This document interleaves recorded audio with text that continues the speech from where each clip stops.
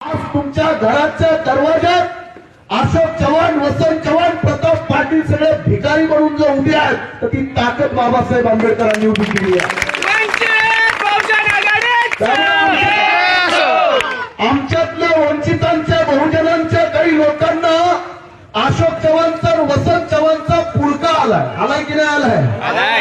अरे साल्यांनो, तुमच्या वंचित बहुजनांचं रक्त पिणारे हे रानबोके, या रानबोक्यांना तुडवणारा एकच नेता आहे बाळासाहेब आंबेडकर. लाज वाटते साल्यांनो.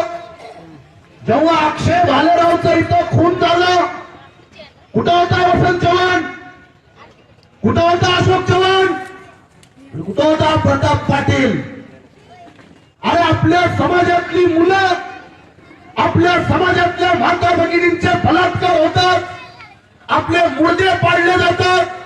तो साला महाराष्ट्राचा नालायक गृहमंत्री इथं